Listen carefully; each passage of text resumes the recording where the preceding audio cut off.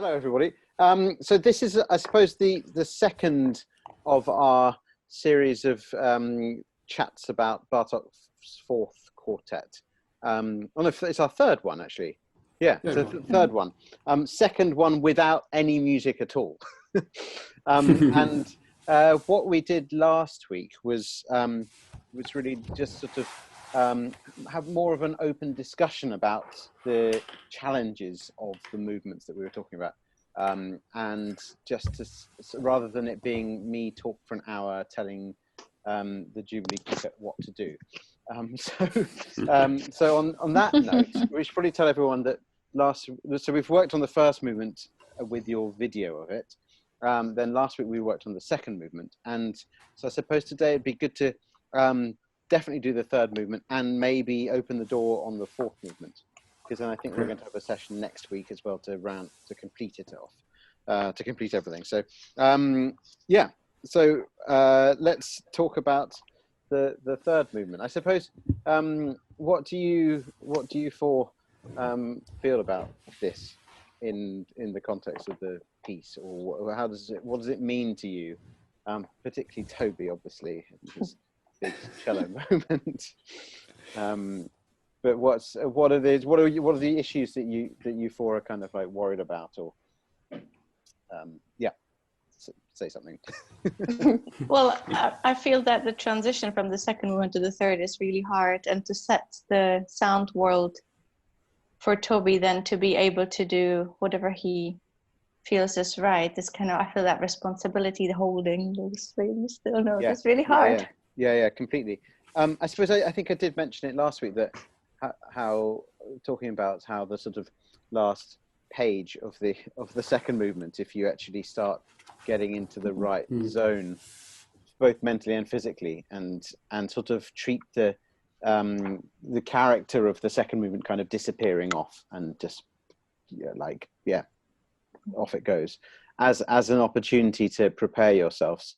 I mean, physically, it's just really difficult, the second movement, because it goes on and on and on, the like repetitive kind of side to it, from a physical perspective. So that is definitely something that we need to start thinking, both in our head, in our ears, but also like in our shoulders and working down our back, I suppose, as well.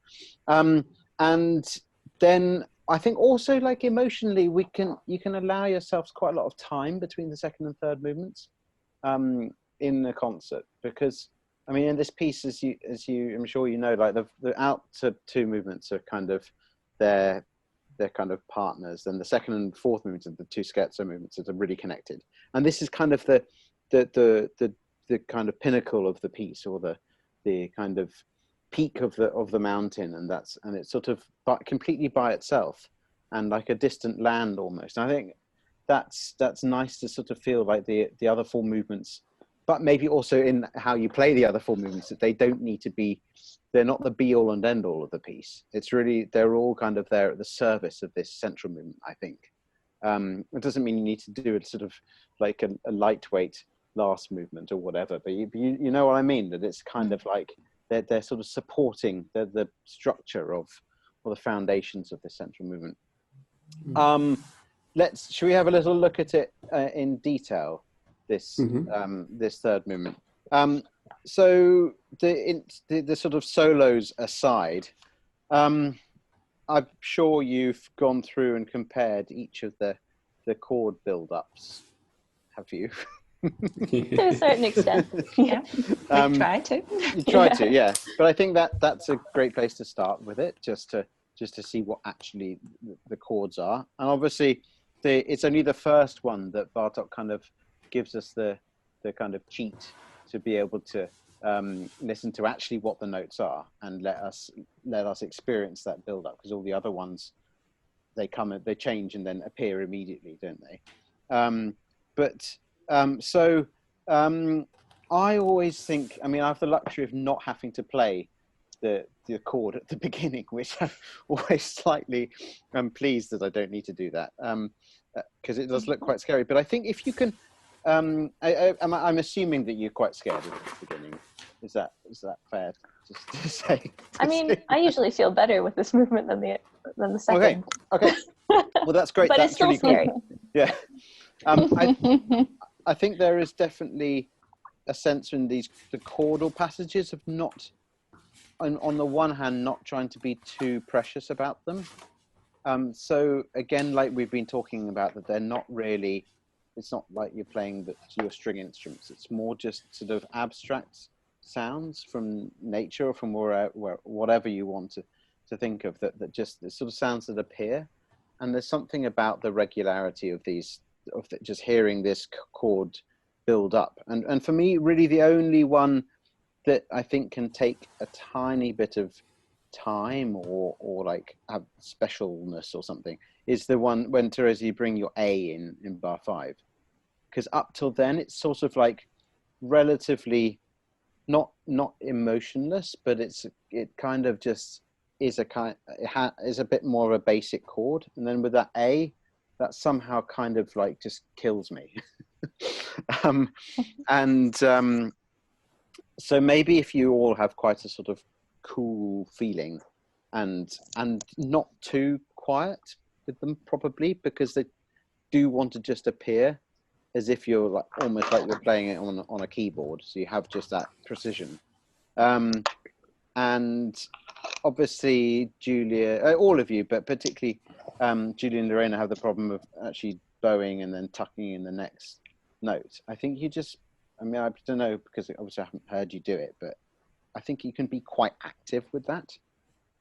Okay. I mean, I don't see this as an active thing at all, the character, obviously, but I think if within you there is quite a lot of activity. Having said that, the tempo marking, this non-troppo-lento, I think that can really help you to not feel like you need to be too sort of tentative or anything about it. Quiet would be good. Yeah. Then when you have this vibrato thing, what do you make of that? It's like a shimmer. Like we have this really pale sound, and then there's this like charge. Yeah, that's how exactly. I kind of feel it. Yeah, I think it's quite nice if it doesn't just sound like you're vibrating, that you just definitely think more in a sort of actually that the chord suddenly comes alive. Yeah, it's shimmering, glowing, is kind of it has some anticipation for Toby. Do you know, Toby, that we were going to talk about this away from everyone else in privacy at some point, but we can like talk a little bit about it.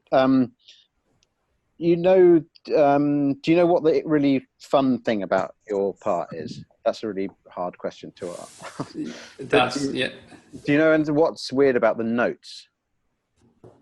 No. So none of your notes appear in the chord. So right. Yeah. It's really weird. I mean, like, obviously you're not going to sit down in a concert hall and hear this people think, oh yes, of course, the cello doesn't have any of the notes in the chord. If you do, you need to get out a bit more, I think. But just of that fact, knowing that, I think helps to put the solo line in a completely different place. Like they've created this kind of landscape for you, and then you're not part of it at all. I mean, that's kind of sounds obvious, but I think it's also a slight mentality that when they establish this, that you don't need to be kind of like trying to join them, that you can actually jar against them and try and hear like that, the D, try and hear how that's not in their chord. Something. So it's, I mean, you are going to make a different sound from them, clearly, but I think that can add an extra kind of potency to the sound. You can play around with that. Generally, I think that all these solos can be as free as they want to be. I mean, not ridiculously so, but I think they need to feel improvised. Yeah, I think that's kind of the first big problem that I came up with it, because I find it very difficult to give it that freedom, but then without it sounding repetitive, or B, just completely like not within the structure. So and I keep sort of finding myself going one way or the other. So I take these sort of semi quaver things as sort of like little improvisatory things to just get you through the main notes. And then when I do that, I end up either completely sort of disassociating from the rhythm that's on the page, and then I feel a bit lost. But then when I go back to it, I feel like it sounds a bit sort of like every single phrase sounds a little bit the same. I don't know. And how to sort of structure that through the whole thing. Yeah, it's really hard. I think, well, I mean, first of all, we just need to sort of acknowledge that there are 3 blocks. Yeah. They're like 3 iterations. And then once realizing that, we need to kind of draw some parameters around each of them. So the danger is that we get too loud too soon. And the second one is that we get too massive. So I think if we get a little bit more, I think they can be maybe a bit more obsessive. So like the first one, you really get obsessed with that D. So and like you want to escape it, but somehow you also want to get back to it as well. And really just look at the, like I always say, look at the really simple things. Like this the first twiddle just tries to go up a little bit, but can't escape. And then we get this lower one. Okay, so I'm going to go try this way. Oh, it doesn't work. And then then we get a bit of both. And then he makes it a bit longer and it's even more of the range. I mean, still narrowly so, but I think just investigating that, and like maybe the first one is quite nervous, and then the ta-da-ta-dee is a little bit more kind of pensive, and then is a bit more excited, and then the final one is sort of a combination of all of those. That's like one possibility. Sure. But that's maybe a nice way of thinking about it, and actually don't feel like you need to make something of it. So you kind of start it, and then let's see where it goes, and then you and then obviously it sort of then gets a bit more flamboyant, and we have these downward fifth, like grace note things. And can I ask you about those? Would you? I've experimented different ways of doing them, and like on the beat, before the beat, shifting down the string, going across the string, and then shifting onto and I haven't really found a way that feels satisfyingly, in any way. Sorry, go on. So I kind of try to play them on the beat, and I found that they were clearer if I went across the string. But I wonder if that's. But then it feels clearer, but it feels less emotion driven. Yeah, I definitely, I completely understand the dilemma. I do them down the string, and do them quite vocal, and do them before the beat. Great, fabulous. So that's cool. Yeah, but to really feel also like them, and to feel try and feel really vocal about it. So by and almost as if I should try it first of all without the grace notes to get your phrase feeling good. Yeah, and then see how if you were to sing it, how you would get that kind of. You might want to sort of launch yourself up from a higher to come down, and then a bit higher and then down. So that sort of feel. So it has. So it's like, as always, it's just really gestural. And then which is the first cool note that you get to play? I mean, not first, but you know. Cool note. What is there a note that you like? The D sharp. Yes. Yeah. That's the note that makes us think, oh, that takes us out. We hear that against the D that's been implanted in us. I really feel that as a foreign kind of distant thing, like as in from a distant place that we need to, that changes ourselves a little bit. Yeah. Just aside of Toby, you three, I do quite like to show the slurrings of those chords. I think they can sort of really lift a little bit and start again. I mean, not too much, but he didn't have to slur them like that. You know, he could have just done a slur for the whole thing. So I think it's nice if it has a tiny bit of thing. And I'm sure you do this, but really don't budge at all, no matter what Toby is doing. That you're just sustaining this tension, and then you have your new chord, which is a little bit wider, and each of the chords gets a little bit more emotionally advanced. Yeah, I mean, Toby, then, well, I think once you've established the first one as being quite a sort of slightly reflective and more kind of descriptive, then the second one is easy to then have more intensity. And like it's sort of written in, isn't it, being higher and being sort of like he's more interested in going up this time. It's always, there's always something about being higher.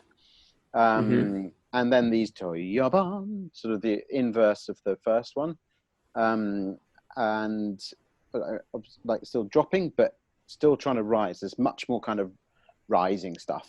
And then these like slightly more like bar 20, these like they're quite declamatory, these things after the rest.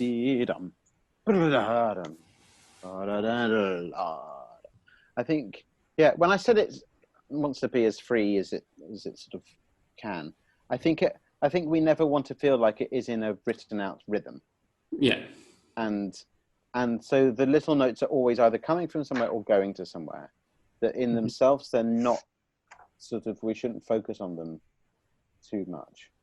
Yeah. But like spoken or sung, I think is really important. I think it is very human what's going on here.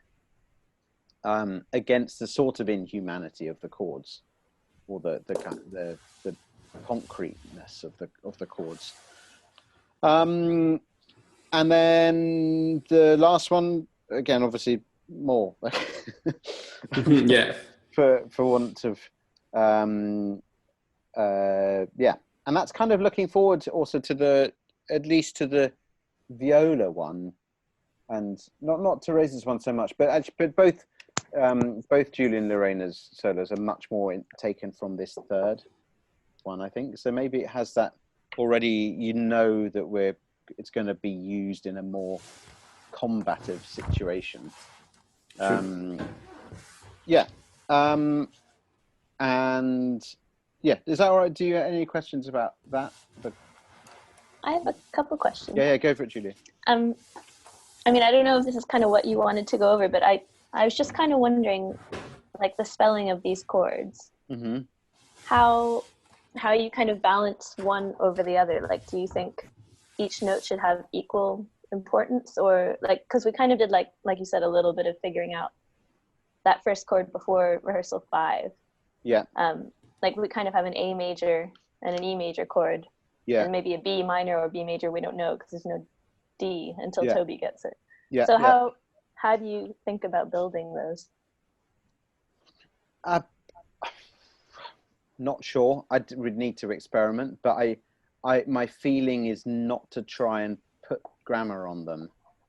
You know, actually just to keep them as a sort of abstract chord, and not try and put a harmony on them. I think if you, because you could put so many different ones. I don't think there's one that's screaming out to be correct. And I think maybe if they get too fussy, then they lose a little bit of their rawness. We'd have to like play around with that. It might work, but thinking and looking at it, I wonder if it's actually going to just confuse the situation, maybe, or just sound like the chord makes it too musical almost. Yeah, a little bit too sort of pretty. Yeah, because like Toby sent us this great YouTube video of somebody explaining some of Bartók, and like he kind of was interested in serialism, but not the way serialism was done. So I wondered if these chords are kind of like that kind of thing. Each note has equal importance. Yeah, I think I think they worked like that with equal importance. Yeah, I think for now, don't try and find a balance. More try and find, if a balance emerges because through your color, then that's cool. but maybe start out not trying to be one person more than another or one note more important. Just keep it, keep it simple and present the chord, and then see if, like Teresa's A in bar 4, if that, does that want to be a tiny bit, does the color of the harmony that appears encourage you to maybe hear that a tiny bit, not louder, but maybe tiny bit deeper sound, or a denser sound or something?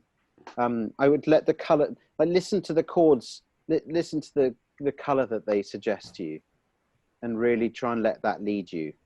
I think in this situation, I mean, that's never a bad idea, but here I think that the emotion of the harmony that's there should be allowed to speak and lead you, I think. Yeah. Then yeah, should we go on to Teresa's thing? What do you make of yours, Teresa? What's the situation I here? feel it's very free in the I'm not trying to count the demi-semis. Yeah. Just like a little bird or something, but Perfect. then it gets more insisting. Yeah, it's very, very bird-like, isn't it? And this, for me now, the vibrato, when it comes in 35, is like you were saying before, but I think even more, there's sort of more electricity in it. There's this huge sort of, there's much more expectation, I think, now that we're slightly further down the road in the piece. We know what's going on a bit. Do you have a problem in bar 40 getting that together? Oh yeah, it's tricky. That's great. Oh yeah. I wouldn't have believed you if you said that you didn't have a problem. So a few tricks maybe. First of all, I've actually written in bar 39. I've written like where the beats are. Do you all have Teresa's part written out? Like printed? Yeah. Cool. That's very helpful to start off with. Yeah. But maybe Teresa, you can also help by the second half of 39 really be ba-da-ba-dum, ba-da-dum, ba-da-da-dum. That's, you can actually, all of you, rehearse it from that point, from the silent, or even from the second beat, ba-dum, ba-da-dum, ba-da-ba-da-dum, ba-dee-dum, and then play the next bar. So you could all go, I'd first of all try and play, just get Teresa to play that, and then you all play where you're meant to play in bar 40. Literally just the first note. Da-dum, ba-da-da-da, and just get that, make that automatic. And then try and play the second note as well, and then the third note, and then just keep on adding them through bar 40 just as an exercise, building it up. Then, but still not playing in bar 39. It really helps to get used to just not having to do anything in bar 39, and then bring in the chord and the trem in 39. But don't think about what you're doing. Just stick with the experience you will then have of hearing what's going on. So almost like, so you're pretending you're not playing even though you are playing. Does that make sense? So you're kind of just going, I mean, for Toby at least, just going, just literally moving your arm and not thinking about anything. All you're thinking about is ba-dum, ba-da-dum, ba-da-ba-da. I think that might help a lot. It's because you're just kind of paralyzed in those previous bars when you've done your chord, particularly Julie and Lorraine, because you've done absolutely nothing so far in the movement. That, I think that will help a lot. And also just prepare yourself mentally as well for like how, as I said, you haven't done very much so far in this movement, and then suddenly a lot happens very quickly. And actually, you can easily have a false sense of security that it is a slow movement, because a lot of this movement is quite fast, what you have to do, even though it doesn't want to sound fast. And I think you can have a bit of time into 41 if you want to, after the pits is just to, so you don't need to rush too much into that. And then again, like I'll give you a secret, but in 42, I've written in my part 1, 2, 3 over the first bit of that bar, because there's always one of us puts that first one of those in like weird times, and I've really had to kind of just have to be a very professional in this passage. But I think that's quite useful because it's so easy to get in, which is caught up in all the emotions of it and stuff. But we actually you need to just execute it. A lot of these kind of funny movements in Bartók, there's some in Bartók 5 as well. There's a lot of just this sort of atmosphere. Is this music that I think he or someone describes as being his night music?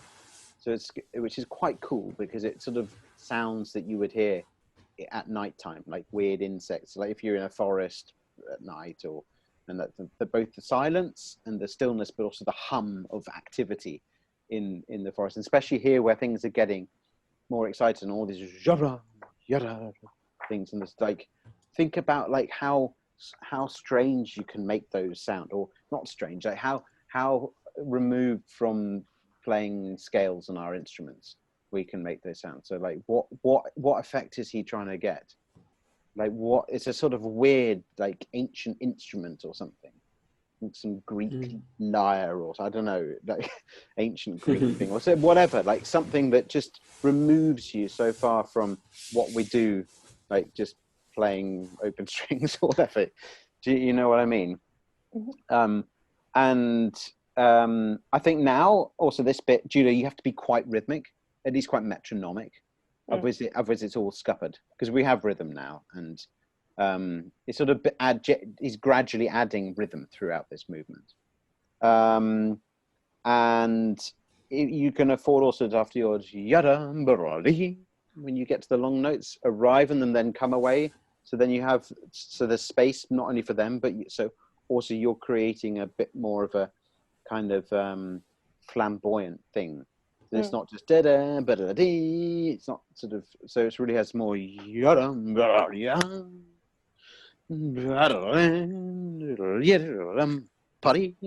stuff. So you're really quite like virtuosic about it, or flamboyant. I think is a nice way of thinking about it, but with a kind of wild, kind of rustic, wild feeling to it as well.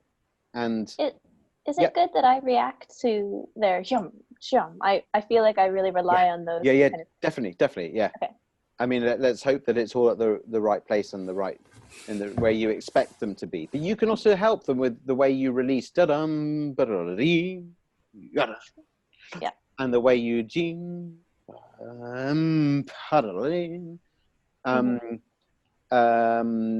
yeah. But I think also you can be quite like obsessive again with this G flat that he's going on and on about. Like these notes, I mean, obviously all the notes are important, but I think they're particularly important in this movement. Like his choice of throughout the whole piece is actually really important. This like use of thirds is quite like both in key areas, like through like across the pieces, like from movement to movement, but also within movements. I mean, there's a reason why he's getting obsessed with these notes and these kind of it's quite sort of, again, the vocal thing is something like wailing, and it's all quite a lot of pent up emotion coming out, but not in a classical or polite way. Doesn't need to be rude, but you know what I mean. The sort of again, something very, very removed from what we're normally, or how we're taught to play our instruments, at least. And it's quite hard, isn't it, to get to that bar 47? Do you find that quite tricky? Very. I think the trem people, again, it's just getting ready for doing the next thing. You've got to get your body in the right place, because no one wants to go from doing this weird tremolo stuff to then, like, particularly what like Toby and Teresa are doing. It's like, I don't know for Teresa, but Toby, it's like horribly difficult, these next bars. Well, the fifths are terrible. The awkward. Yeah, it's so and then the awkward vibrato as well. and it's so hard to like hear the notes, and like it's really difficult. So maybe you need some lifting yourselves into 47. So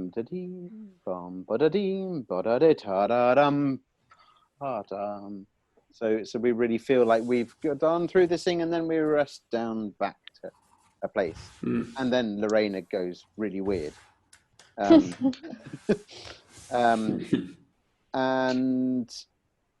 this is interesting, this next bit, because I feel often like it's like one of these, like the viola moment to do their stuff, but actually if you look what he's written, you're actually marked beneath everyone else, Lorena. I don't know if you've all realized that, but your piano to start with, it's only gradually that you come to the fore. And I think, Julia, you should not give up at all. Okay. I mean, you're still definitely the main voice. You're still clearly forte.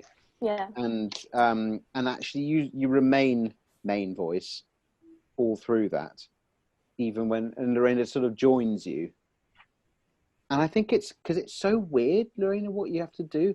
I think it's quite cool if people not quite sure what's going on in the piano. Rather than trying to like make it sound good or make it sound sort of right or something. I think you could just be this slightly odd person trying to like provoke something. Toby and Teresa, throughout this, I think you can definitely invest quite a lot in the rocking nature of these. Yeah, I was going to ask that about showing the slurs. I think quite a lot. I think we play it maybe a bit too still. I think this was okay. Yeah, and it's just very hard to get that fifth in tune as well. Toby, do you say you do this kind of stuff? So I half position, thumb on the B flat, and then I use the third finger to create the fifth. Yeah. And then try and wobble down on it. But yeah, that's cool. I think it's doable like that. I think I've tried both doing that and also 1-4-4-4, 1-4-4-4. Yeah, I found I have such a short fourth finger that when I try with the fourth, I can't vibrate on it because it won't fit in the top part of my finger. So I'm basically a knuckle down, so it just can't wobble. So I have to kind of. There's no other way for me to try it. I think that's fine. Yeah. That sounds... But I think if we add the rocking motion, it'll help massively because it'll kind of if we release off to the fit, it'll actually really help. That's a nice thing to aim for as well, and something to hold on to. I think that will help loads. Also, like bar 53, it's just a nightmare. Yeah, I know. Yeah. That's where it gets easier. It sounds like Toby. a siren going. Yeah, for me, yes. It's not pleasant. Down here, it's fine. We're happy when we get to bar 53. we have an open string to do. Yeah, so it's fine. Another thing is after that tornado in 47, I've just written in that is a writ. Often find with his tornadoes that it helps to write actually what they mean. And just so you know which direction you're going. I mean, obviously you'll rehearse it enough so it comes automatically, but I think still, because especially in concert, like so much weird stuff is going on in this movie. It really messes with your head, I think, but any little sort of helpful things to simplify life, even if it doesn't seem necessary, is quite good. Bar 50, when Lorraine and Julie, you've got your like sort of again this little battle between you. I think you can really release off those accents. I mean, we've spoken before about this whole Hungarian first syllable yada thing that's so obvious in this movement, but there as well this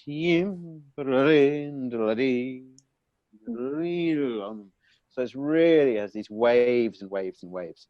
Because I think if you're trying to just sustain it, it just doesn't. I don't think it makes sense. It's just like we can't, as human beings, we just can't really latch on to that. But if it's this ding, bing, ding, dim from side to side, I think that, and you can really exaggerate that. Then,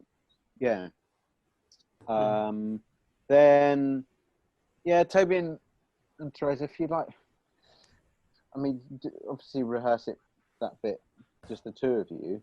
I mean, the chords are quite cool. So somehow you need to make a sound that is both weirdly vibrated and with the bows. But maybe when in the moment that really watching each other's bows helps, rather than trying to sort of, I don't know, it's just really hard and really thankless because you can hardly hear it when it's going on as well. Yeah.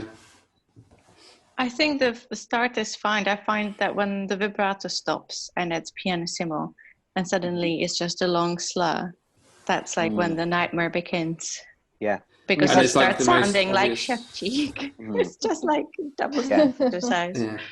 And then it's like an actual chord, so you feel like And then, for the first time it's actually exposed when there's People something can hear really that you're messing up. Exactly. Like before, it's like if it's like cluster chords, you can kind of with the vibrato, but no vibrato, and now you actually have to be bang in tune. Yeah. Yeah, I don't know. I don't think there's any answer. Yeah, I think there's no acceptance. That's just personal problems. Got to Yeah. practice it. I mean, you probably haven't practiced that bit that much compared to other bits, but I mean, it's probably one of those bits that looks rather innocuous, but actually, could be improved quite quickly. Just with, I don't think I've spent that much time on it. Truth be told. Then just the overlap in 54. Julie and Lorena, make sure you don't fade out until Therese has taken your chord, and if that can be completely seamless, it's just a remarkable effect. That after all that dense stuff, we suddenly C major. The purity of that is such an extraordinary emotional release after what's been going on. And then, what do you make of this? The Tranquillo? How does that like? What are the issues, or what do you want to do with it? It's my favorite bit. Well, that's so nice. Yeah. So beautiful. Yeah, it's incredibly beautiful, isn't it?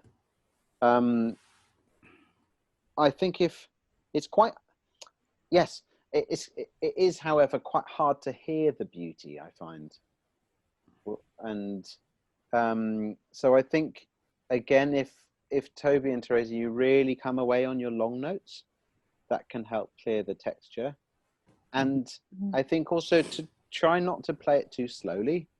So really just get the simplicity of the team potata, 2, 3, 4, 2, 3. So there's this real easy lilt going on in it.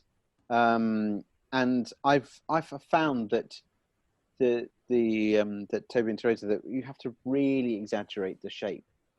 The even though it's within piano or mezzo forte for Toby, but if those, we really need those to get the point, because it's such a sort of stretched tune. Like not much happens for much of those individual utterances, and then if you those. But like, maybe actually it's particularly you, Toby, because you're the main voice thing. But all of that, so really giving us downbeats so that the others can bounce off. Can I ask you a really boring technical question? Yeah. About how you bow this? Okay. Because it doesn't work out that the sort of accents and the downbeats work out the same way. Yeah, you're right. I tuck it in.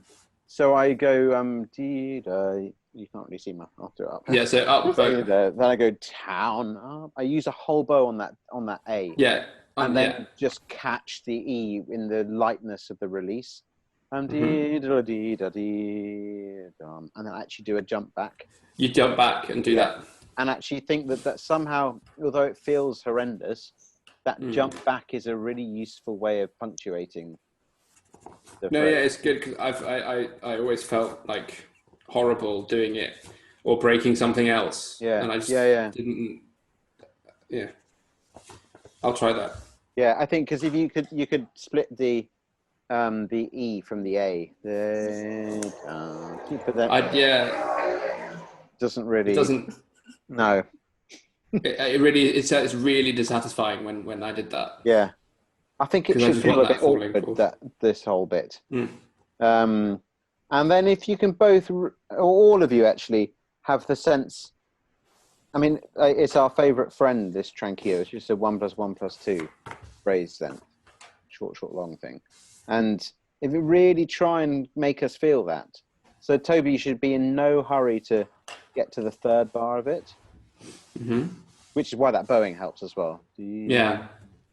Even if you're fractionally late on everyone else in that bar, maybe that's fine. You could play around with don't feel like you have to D 2 3 ta ta dim. But if it's D tum T ta ta dum, see how that feels. And then really make sure when we get to bar 60 that feels like a longer thing. So I wouldn't release the B natural, the second note of that bar, so much. And then we have this like sort of hemiolar-y thing, don't we? Or something. Yeah, it goes into sort of 3. Yeah. 61. Yeah. Yeah.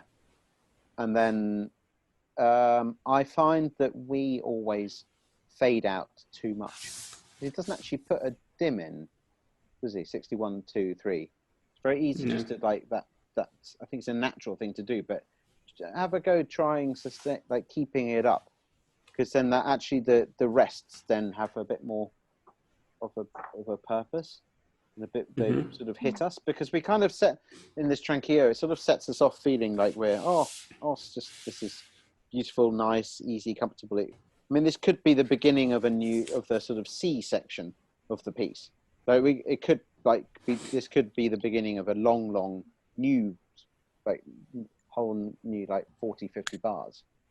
But so that when those rests hit you in 63, I think they should be quite a sort of thing. And then we get to this weird sort of slimy thing. So yeah, for me, when we get to 64, 65, we need to go back to completely different sounds. It's partly helped by the expressivity of the tranquillo.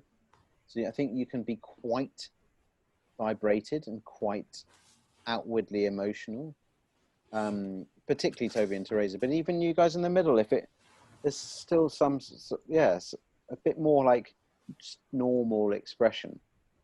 And then from 64, complete sort of ice, like sort of big segments in a glacier or something that we have just presented here, and this and like crystal clear chord sound. And Toby, I often get confused in this bit. Okay. I don't know. The ridiculously long twiddle. Yeah. And also where Teresa's playing. Yes. I don't know whether that's if I can shift the blame to my Alex for that, or if it's my own failing. But there's something confusing about it, and I think you can investigate the relationship for Teresa, like when you enter, because they seem to me like they get closer and closer to Toby's chord, or the others, everyone's chords. 1, 2, then 3. That's like after the third beat. The next one is on the third beat, then the next one is after the second beat. And so maybe there's something emotional about that, rather than us just needing to be like accurate, but the sort of that you have a sense of like some sort of urgency or nervosity about the way those appear.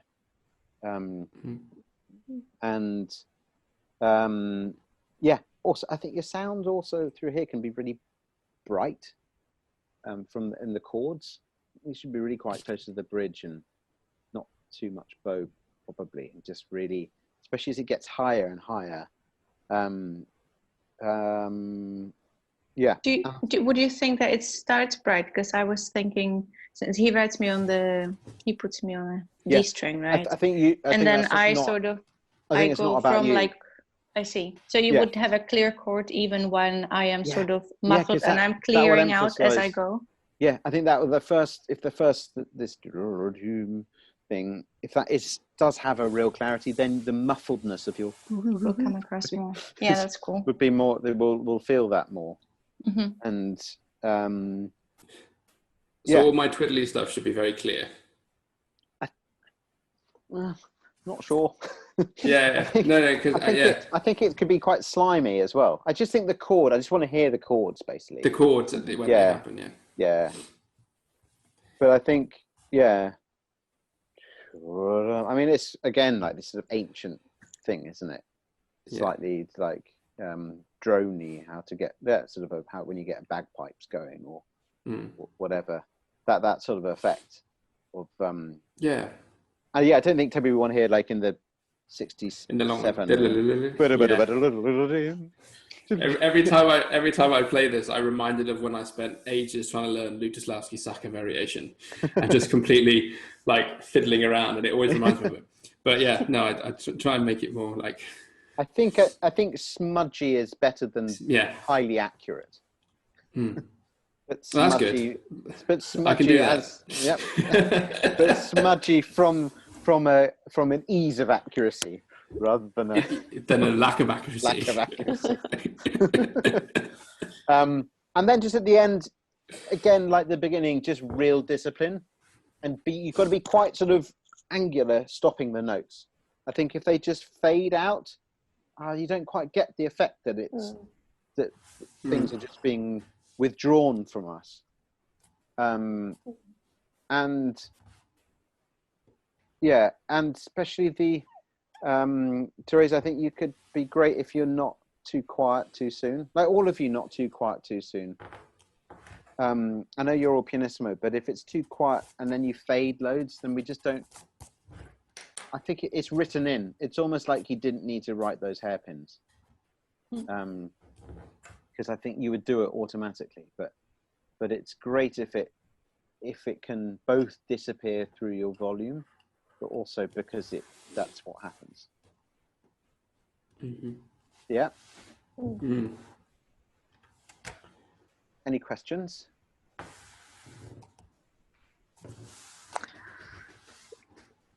Feels very clear. Yeah. It's both sort of, it's both amazing and I think it's one of those funny movements that kind of, when you play it, it's just so much to do, like particularly in the second half of it, obviously, but actually the kind of the feeling you get when you perform it is quite different from the feeling you get when you experience it. And actually the number of things that need doing in it from a practical point of view, it's still sort of a bit frustrating. Like that's why I think that cellist is the luckiest person, because we get to at least experience this opening. It's got to be one that I remember, like, for what it's worth. Like, I remember when I got to know the Bartók Quartet, so a school teacher played a class, like the second room number 2, and I was like, wow, this is incredible. We were like 13 or something. But then I remember this beginning, when I heard this beginning, it like just knocked me out. I could not understand how someone could write something like that.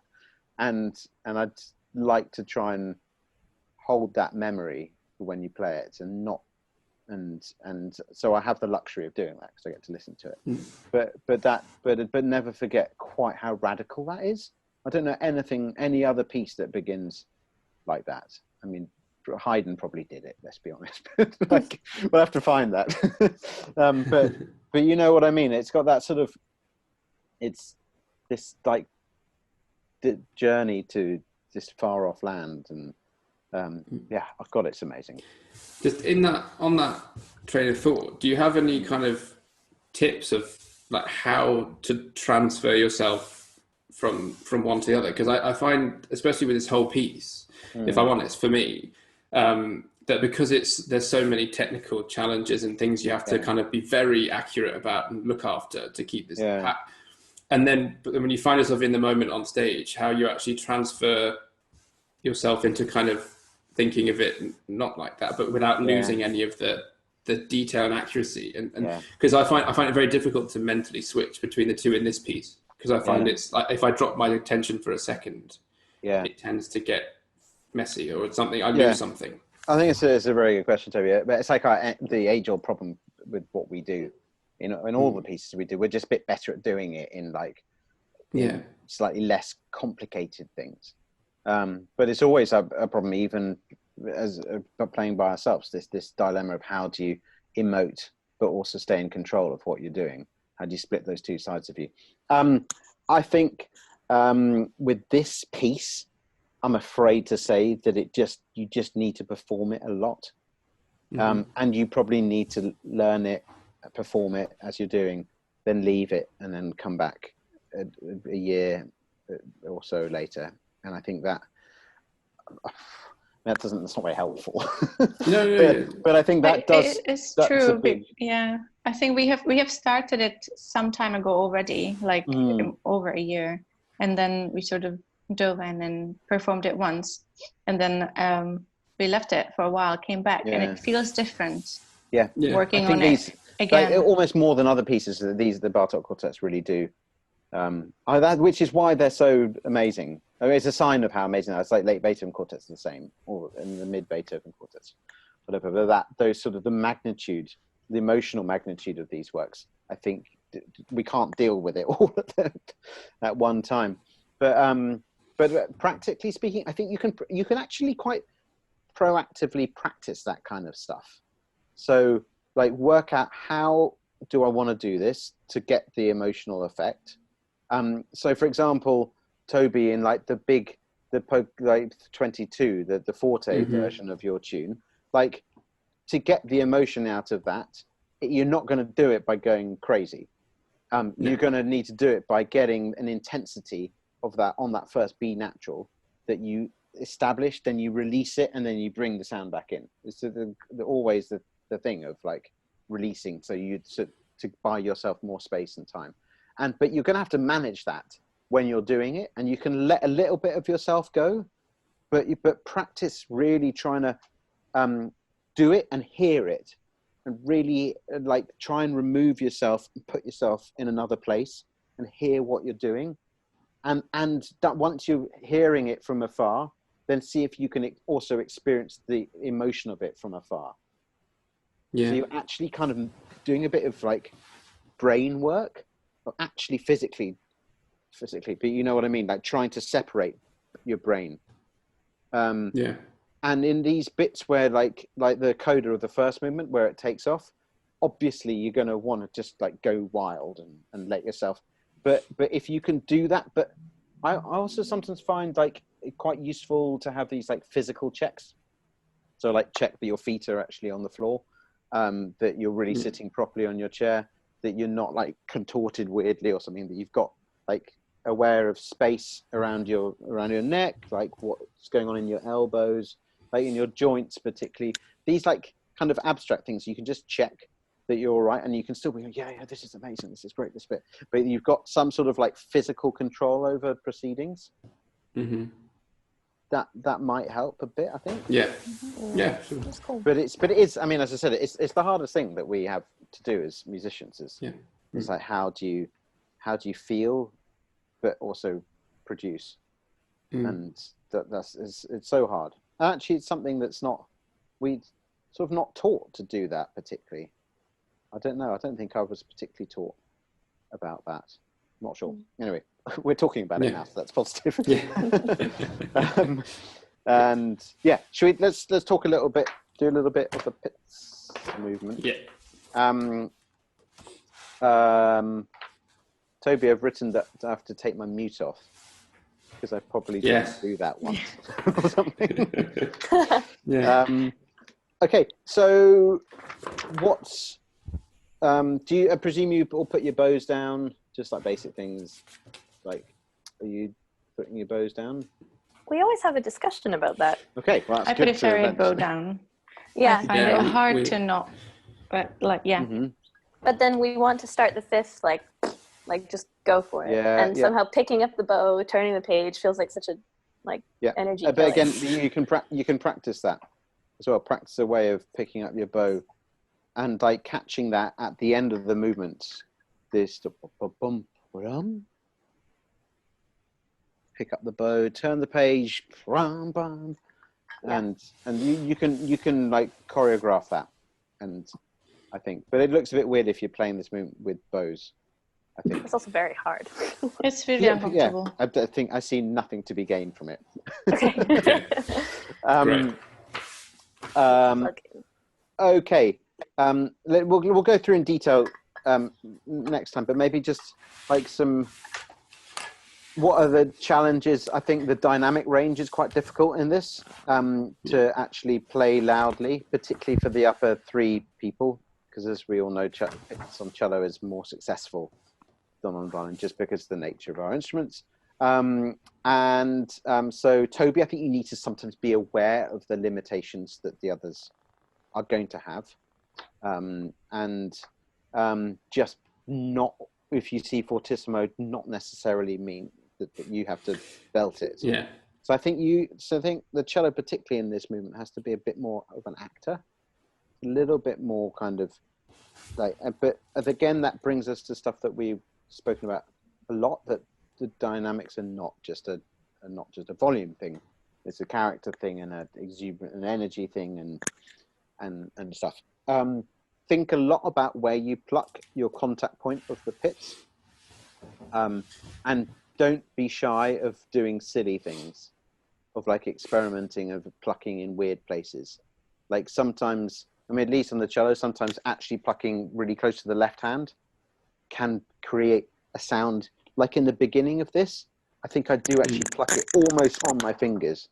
It gives it a little bit of a less rounded sort of positive sound, but it gives it slightly more twangy, like takes us more into like I mean, this kind of music, he clearly wouldn't have heard people just playing like on good instruments. I mean, even if they were very unlikely to be violins and stuff as well. I mean, probably someone knows this, but just that kind of exotic twangy sound, I think, is something that we can definitely have up our sleeve, if not the whole time. I try I think the hairpins need to be exaggerated. The balance is quite an issue at the beginning, against this the motor of the pizzas. You probably, because you're quite good at this, looked into the groupings of things. It's quite cool at the beginning how things are grouped. So we have where the accents are. So we have accent 1, 2, accent 1, 2, 3, accent 1, 2, 3, 4, accent 1, 2, 3, 4, 5, and then it sort of shrinks and stuff. But like those, to really try and have that kind of sense of when you do the accent, what's going to come afterwards. Then there's accent and then dum bum bum accent. So you can kind of give some like fun dance feeling. Doesn't need to be particularly sophisticated, but at least some kind of a swing to it that has a slight sort of devilish glint in your eye, I think. And I like to, we're just doing details, so it's fine. I do like to investigate a little bit, like Julia, you at the beginning, the difference between the crotchets and the quavers. Just ba, ba, ba, ba, ba, ba, ba. And I think you could play that up quite a lot. I mean, sometimes he does write a quaver at the end of the bar because he's correct, as in he doesn't write it over the bar. That's just something he does. So you have to be careful about what you think he actually means. Do you know what I mean? Like quaver, it's on the last quaver bar that it could be a crotchet or it could be a quaver. I think at the beginning here it's very it's quite clear, because you can bar them as well. Like, so the end of bar 2, he has to write quaver rest at the beginning of bar 3, but with the barring, that I think implies that that's a crotchet. Right. Length. So the accents are always a long note. Yeah. Okay. And then, I mean, I kind of try to like change the way I pitch, like I do a slower motion, but I'm never really sure if that is audible enough in terms of the length. Like, yeah, I think know. often I mean, what happens, I think, yeah, that's true. I think often it's easy to use the left hand to stop the notes. Oh yeah. To release the left hand, that gives us the effect of it stopping. Cool. I think the accents can be quite big at the beginning, so we really have a da da, and so we get the idea that there's some important rhythmic swing going on. Then Lorena, you have it first. I'd like to try and make this again, not just like a nice little, we're playing, plucking our instruments, but actually try and get something a little bit more snaky or sinister out of it. And when I do mine, I really try and get it as legato as possible. So really really sustaining the left hand. So boom, boom, boom, boom, boom, boom. So you really get the resonance of each note. And really be careful about when you put your plucking finger back onto the string, because that's what often cuts off. So we often get dunk, bunk, dunk, dunk. You know that effect. Yeah. So I really try and actually just like do them from above. Actually, in Toby as well. I think I do them like not with my thumb on the. Not anchored. Not on that tune. Yeah. So So not anchored. So really is a sort of more like a plectrum. So you're not putting your finger on and plucking, you're just catching the string. And that somehow gives it like some really cool noise.